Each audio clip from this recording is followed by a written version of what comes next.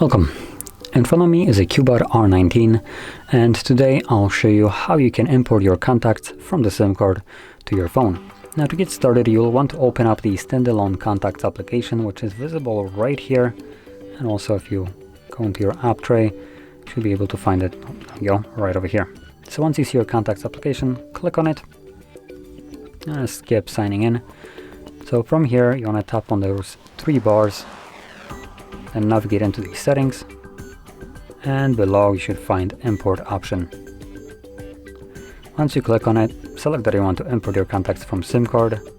This will select all your contacts that are on the SIM card, so you can deselect contacts that you don't want by simply clicking on them. Additionally, if you have contacts that are already deselected, those contacts are on your device, that's why you cannot select them. Now, the ones that are selected, you can then click on the checkbox right here, and it will import all the selected ones, giving you the amount that it has actually imported. And when you go back, you'll be able to see them right in your contacts list. And that is how you would import them.